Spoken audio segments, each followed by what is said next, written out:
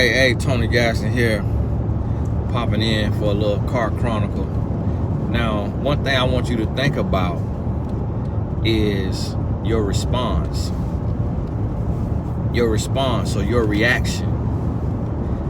Now, it's a lot of triggers in the world. It's a lot of things that happen in your life where people try to get a reaction out of you. And misery loves company, as you've heard me say all the time, and you heard that little saying all your life. And so a lot of people, they will do anything to get some attention. And when a person doesn't get positive reinforcement, then they want negative reinforcement. So somebody will come into your space and they understand human nature, and they understand that we are quicker to respond to criticism than we are to praise. So a person will come and try to criticize you or give you what they may call constructive feedback, but really it's criticism with intent to hurt. And they'll do that in a nice, nasty way, in a sly way. Some people do it in person, some people do it on email, some people do it on text. Now what you have to do is get to a place to where you can evaluate this. You can evaluate this attempt to bring you down into the mud. Like the good book say, don't cast your pearls to swine.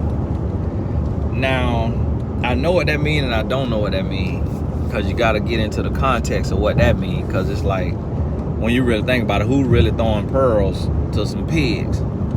So, but we know what it means, which essentially is, you don't want to give your good time and your good wisdom and your good energy to somebody that they just love mess. They love drama.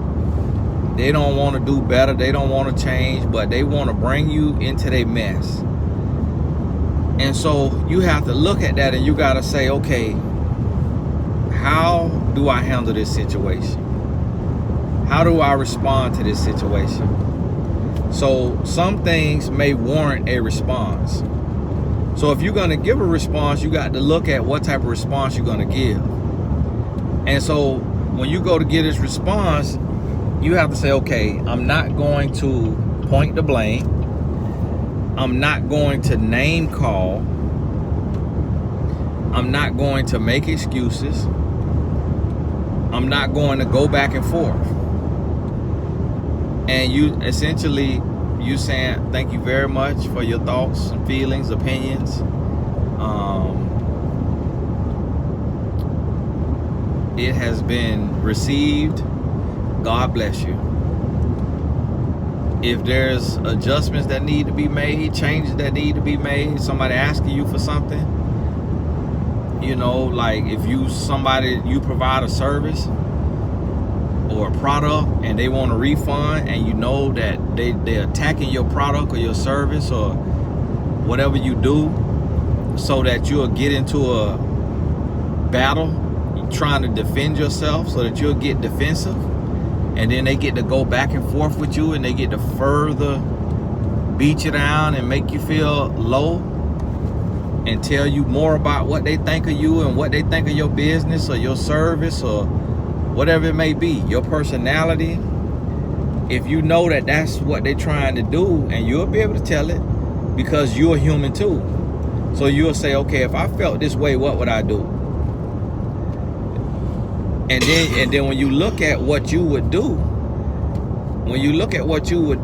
then you're able to say, okay,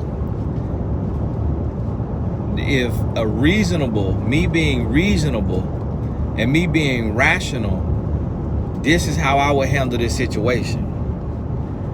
Because this person handled it the opposite way, that lets me know this person is not being reasonable or rational.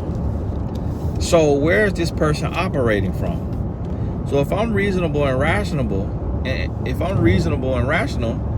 then I'm operating from a place of peace, a place of joy, a place of self-love, a place of maturity. So if a person is the opposite, where are they operating from? A place of misery, a place of frustration, a place of pain. And so we want people to be on our wavelength. We want people to be on our level. So if you're miserable, you want people to interact with you in misery, not with bubbly exuberance. If you bubbly and exuberant, you want people to interact with you with bubbly exuberance, not with misery. So when you evaluate as a human how you would have handled the situation had you been operating rationally, then it helps you understand where this person is coming from, where they're operating from. And then when you can identify where they're operating from, then that's when you're able to see how you should respond to this situation. And from there, that's where you start to get your breakthrough. Because now you can determine who needs a response and who doesn't need a response. Because some people don't even need a response. Some people you shouldn't even respond to, because you know what they come to do and they're not significant in your life. You don't need them to move forward in your life. You don't need them to live. So you could just move on with your life. And then other people you're going to have to deal with, interact with, that relationship, friendship, what have you, it's still going to go forward, longer. So with that being the case, you understand, all right, this is how I need to handle this.